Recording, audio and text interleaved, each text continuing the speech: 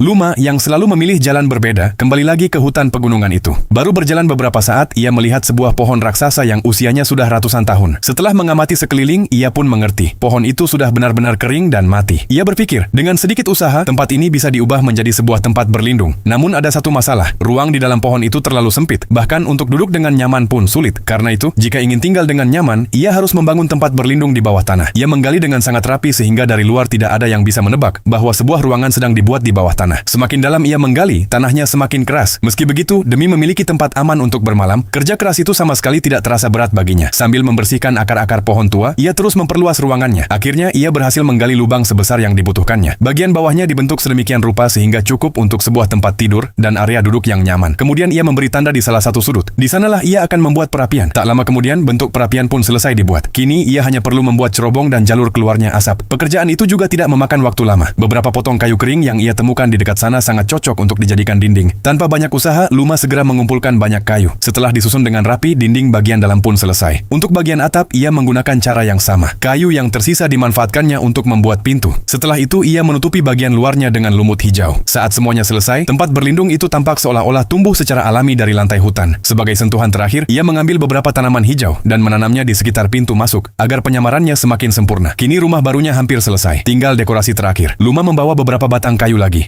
memotongnya menyerupai anak tangga, lalu memasangnya di pintu masuk. Ia juga membuat tangga kecil untuk turun ke dalam. Sisa batang kayu yang tipis ia susun di atas tempat tidur seperti kasur alami. Sementara beberapa potong lainnya dijadikan lantai agar berjalan di dalam terasa lebih nyaman. Membuat meja memang cukup sulit, tetapi hasilnya sangat memuaskan dan kokoh. Menurut Luma, semua kerja keras ini benar-benar sepadan. Menjelang malam, berbagai suara mulai terdengar dari dalam hutan. Untungnya, seluruh tempat berlindung itu tersembunyi di bawah tanah, sehingga bahaya dari luar tidak menjadi masalah. Masuk ke dalam, ia menutupi tempat tidurnya dengan lumut tebal, lalu membentangkan selembar kain tipis di atasnya. Jadilah sebuah tempat tidur tunggal yang sempurna. Sore tadi ia juga menemukan beberapa jamur, lauk yang sangat cocok untuk makan malam. Keunggulan terbesar tempat berlindung ini adalah, seberapa besar pun api menyala di dalam, penyamaran di luar tidak akan terpengaruh. Karena rumahnya sudah selesai, ia menikmati makan malam dengan lahap. Daging dipanggang hingga kecoklatan di kedua sisinya, lalu dimasak bersama jamur. Hasilnya adalah hidangan yang lezat, bergizi, dan mengenyangkan. Setelah selesai makan, seperti biasa ia melihat ke sekeliling untuk memastikan semuanya aman. Setelah yakin tidak ada bahaya, ia pun berbaring di tempat tidurnya.